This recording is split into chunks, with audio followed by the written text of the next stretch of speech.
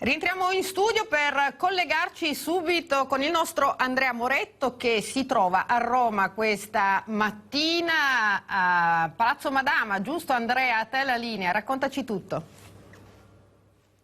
Giusto, buongiorno allora da Palazzo Madama, dove è appena iniziata da qualche minuto la conferenza stampa per la presentazione del premio letterario sportivo Memo Geremia e l'appuntamento organizzato dalla Confcommercio di Padova, dei librai dell'Ascom, che è il suo primo atto di questa nuova edizione, ovvero proprio la presentazione. Sono circa una cinquantina le opere in concorso che parlano appunto che hanno come tema lo sport, e poi ci sarà la cinquina che verrà svelata il prossimo settembre, mentre il 20 ottobre il ritorno nell'aula magna di Palazzo del Bo per la cerimonia di gala della presentazione. Allora, vi facciamo vedere proprio in presa diretta a questo punto dall'interno del Senato la conferenza stampa che è in corso in questo momento, perché la delegazione padovana dell'Ascom, ci sono anche alcuni sindaci del per presentare il premio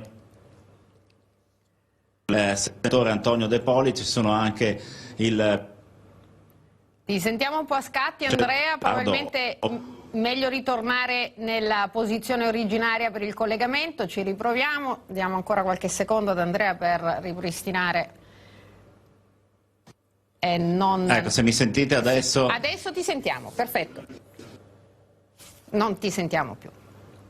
Qualche problema con il collegamento live, ricordiamo Andrea Moretto è collegato da Palazzo Madama dove oggi è protagonista il premio Memo Geremia, il premio letterario dedicato allo sport, un'idea nata a Padova dall'Ascom Confcommercio di Padova. Andrea, ti vedo ancora un po' frizzato, però eccoti qua.